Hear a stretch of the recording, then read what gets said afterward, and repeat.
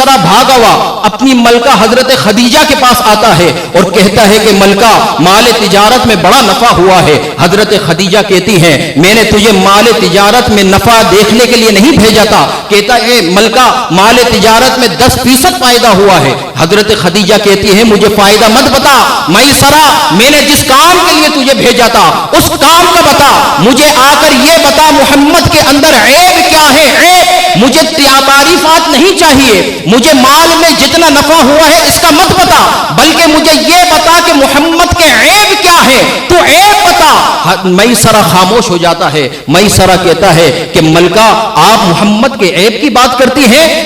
तो हजरत खदीजा कहती हैं, हाँ मैं ऐब की बात करती हूं, मुझे ऐब बता कि उनके अंदर ऐब क्या थे। तो मैसरा कहना शुरू होता है, कहता है कि मलका, आप ऐब की बात करती हैं, मुझे ऐब तो कोई नहीं दिखा, हाँ मुझे जो जो दिखा वो मैं आपको बता देता हूं। हजरत खदीजा कहती है, मुझे तारीफात नहीं बल्कि ऐब चाहिए। तो वो मैसरा कहता है कि मैं जब सफर में था, मैं साथ साथ था, मैंने देखा कि मोहम्मद सल्लल्लाहु अलैहि वसल्लम के कपड़े धूल से मेले नहीं होते थे। ये 3 महीना में उनके साथ रहा लेकिन उनके कपड़े मेले नहीं हुए। खदीजा ने कहा, मैसरा तारीफ मत बता, ऐब बता। मैसरा कहता है कि मैं उनके साथ मौजूद था, मैंने ये देखा कि 3 माह उनके साथ रहा लेकिन उनके जिस्म पर मक्खी नहीं बैठी। खदीजा ने कहा, मैसरा ऐब बोल, ऐब क्या है? मैसरा कहता है कि जब वो चलते थे तो जमीन समेटकर उनके कदमों में आ जाती थी।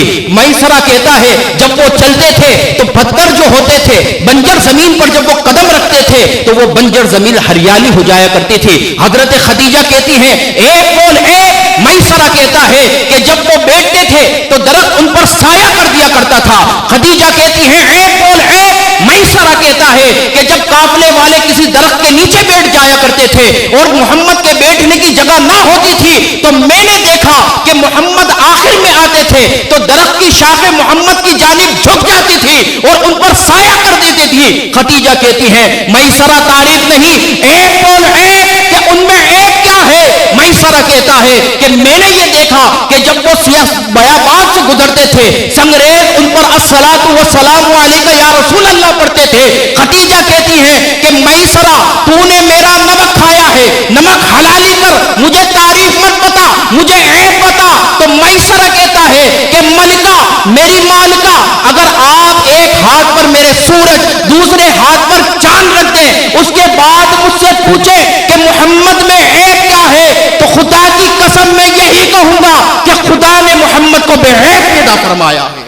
खुदा ने मोहम्मद को बेऐब पैदा फरमाया है। और इसी पर इमाम अहमद रजा ने कहा, इसी पर इमाम अहमद रजा कहते हैं, वो कमाल हुस्न हुजूर है, वो गुमान नक्श जहां नहीं, यही फूल खार से दूर है, यही शम्आ है दुहा नहीं, करूं तेरे नाम पर जा फिदा, न बस एक जा दो जहां फिदा, दो जहां से भी नहीं जी भरा, करूं क्या करोड़ों जहां